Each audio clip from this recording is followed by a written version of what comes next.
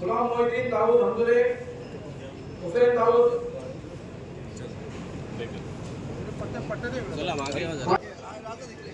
कृषि पाटीलवाडी चव्हाणवाडी भोईवाडी, नामदेव तुकाराम गायकवाड,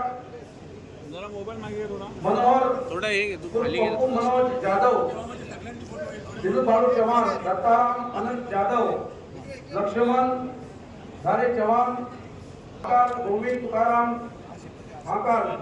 समोर बघा सर्वांनी, समोर.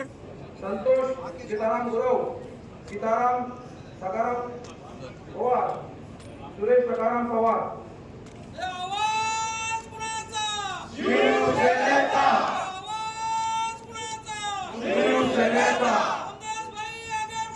हम तुम्हारे साथ हैं, हम तुम्हारे साथ हैं, हम तुम्हारे साथ हैं, हम तुम्हारे साथ हैं. योगेश दादा, योगेश दादा.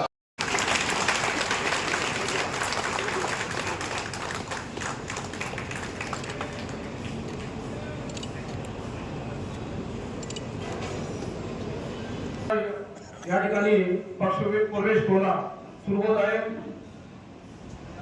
खेळ पंचायत समितीचे माजी सदस्य सर्वांना असमय हमजुरे हे जवळजवळ 400 लोकांना, 400 कार्यकर्त्यांना, 400 ग्रामस्थांना सोबत घेऊन शिर्सीच्या या ठिकाणी पक्षप्रवेश करीत आहे. मी सन्माननीय आवाजाला विनंती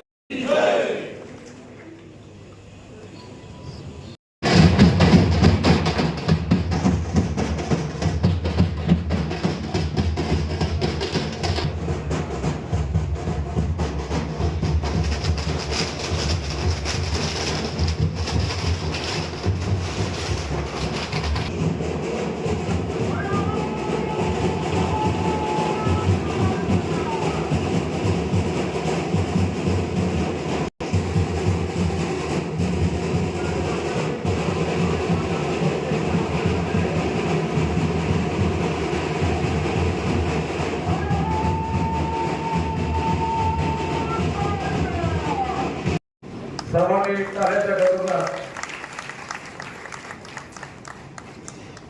योगेश दादा तुम आगे बढ़ो, हम तुम्हारे. जिल्हा प्रमुख श्रीकांत चव्हाण साहेब यांचं या ठिकाणी स्वागत करण्यात येत आहे.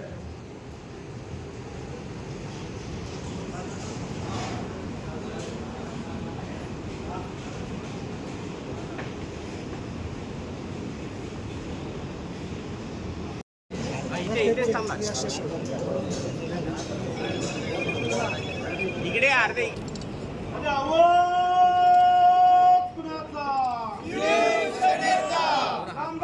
तुम आगे बढ़ो, हम तुम्हारे साथ हैं. तुम आगे बढ़ो, हम तुम्हारे साथ हैं.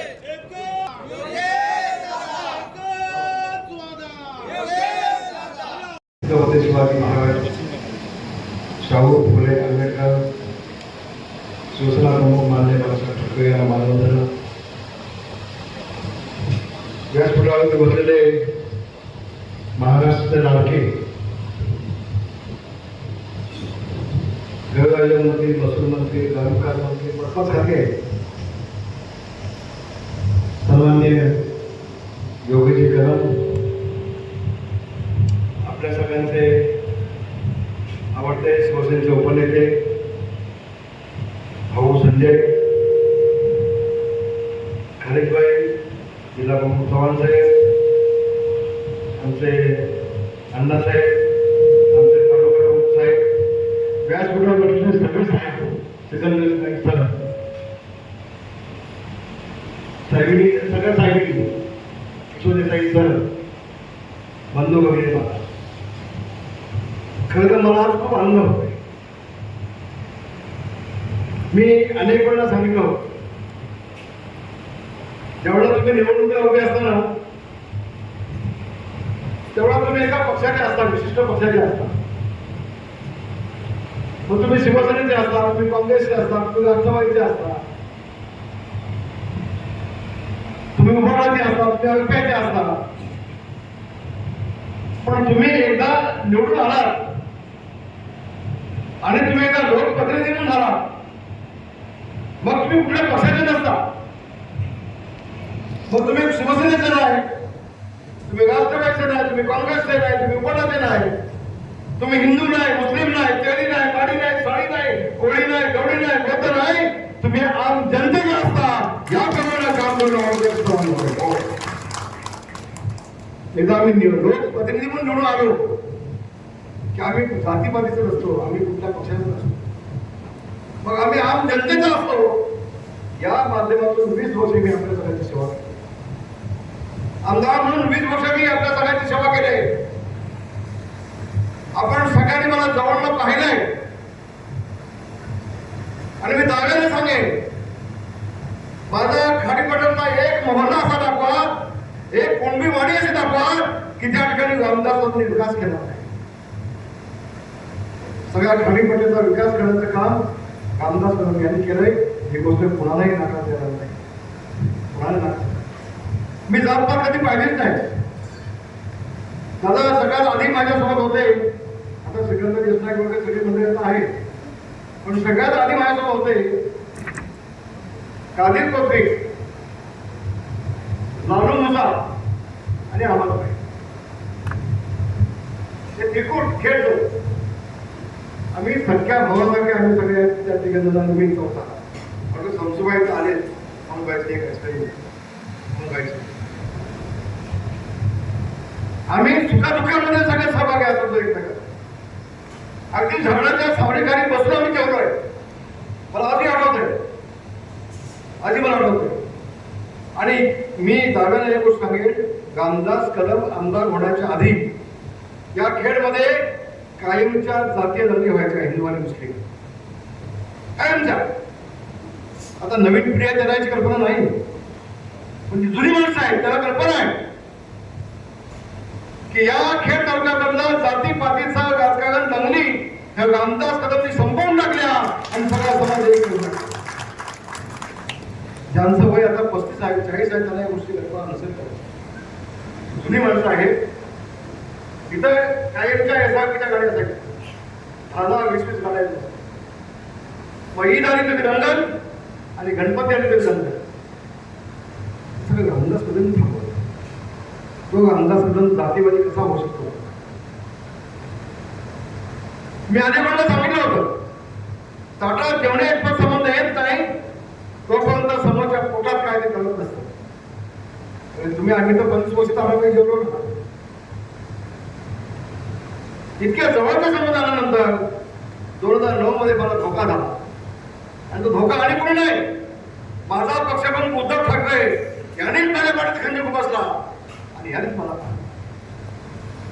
या माझ्या मतदारसंघाचे 2 भाग झाले खेडचे, एक भाग दापोलीमध्ये गेला आणि एक भाग माझा मतदारसंघ फुटला नसता तर तो आहेत रामदास कदम जिवंत असे पण त्याला कोणी पाडू शकत नसता. कोणी मला आधी आठवतंय, हा सगळा खाडीपट्टा माझ्या मनाची कमीपणे उभा होता. सगळा खाडी म्हणजे भाऊ मध्ये 15 प्रश्न पण येतो. एकदा एक आपला अधिकारी होते, स्वामी म्हणून अधिकारी होते. ते तुमचा कुठला रस्ता तो बलदेवचा रस्ता सर्वे करण्यासाठी त्याला घेऊन गेलो बलदेवाडी. आणि संध्याकाळची वेळ झाली, 7:30-7 वाजले होते. आम्ही सगळे वरती सोडत होतो, रस्ता नव्हता, सर्वे करायला चाललो होतो. तो स्वामी बिचारा मागे घाला शेवटी. मग मी त्याला म्हटलं, जपो तुम्ही मागे जाताय, तिथे वाघ आहे, संध्याकाळ झाले, मागे एकटे घाला, वाघ तुमच्या घोडं घालणार. मग तो अधिकारी अशा ढोक्या वरती आला आणि त्याच्या डोक्याची सगळी झाली.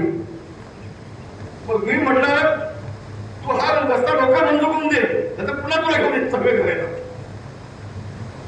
2 महिन्यामध्ये मी तो रस्ता बनवला. 2 महिने मला अजून पदार्थासाठी किती पूल बनवले एका गावासाठी, मोहल्ल्यासाठी. फक्त सवणसपर्यंत रस्ता होता, टिपकोने जायचे लोक पदार्थामध्ये. जुन्या लोकांना विचारून घ्या, सवणस पासून पदार्थापर्यंत 6 पूल मी बनवले, 6 पूल आणि रस्ता मी बनवला. त्या रस्त्याने आता बाकीचे नेते पुढे जातात. मला आठवते देवळाचा पूर्वी मिळवला 6 किलोमीटर अंतर कमी झालं तुमचं 6 किलोमीटर अंतर कमी झालं आणि तुम्ही मगाशी कोणतरी पाण्याचा कष्ट काढला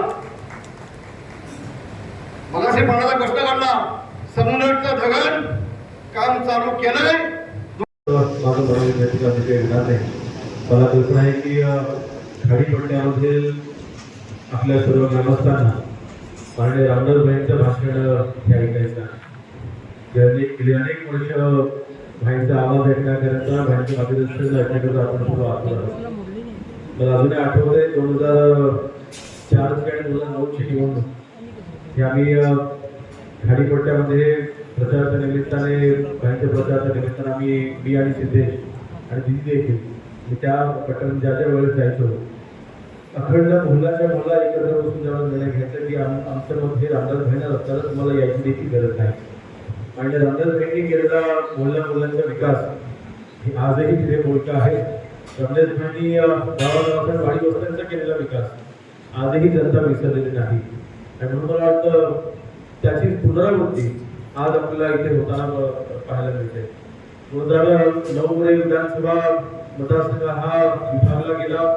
त्याचं जे काही राजकारण झालं त्या राजकारणामध्ये मला वाटतं कोणाचंही राजकीय नुकसान करण्यापेक्षा त्या बोलण्याचं त्याच्या गावाचं देखील नुकसान झालं. जेव्हा रामदास भाई मुंबईला जेव्हा विधान परिषदेत निवडून गेले त्यानंतर आपल्या खाडीपट्ट्यामध्ये म्हणा किंवा खेड तालुक्यामध्ये अनेक गावांचा विकास रखडला आणि आपल्या सर्वांच्या आशीर्वादाने पुन्हा या दापोली विधानसभा मतदारसंघाचा आमदार म्हणून 2019ला आपण सर्वांना निवडून दिलं. आज उदयला जागृतवाडी देखील शिवसेना जाहीर प्रवेश करते.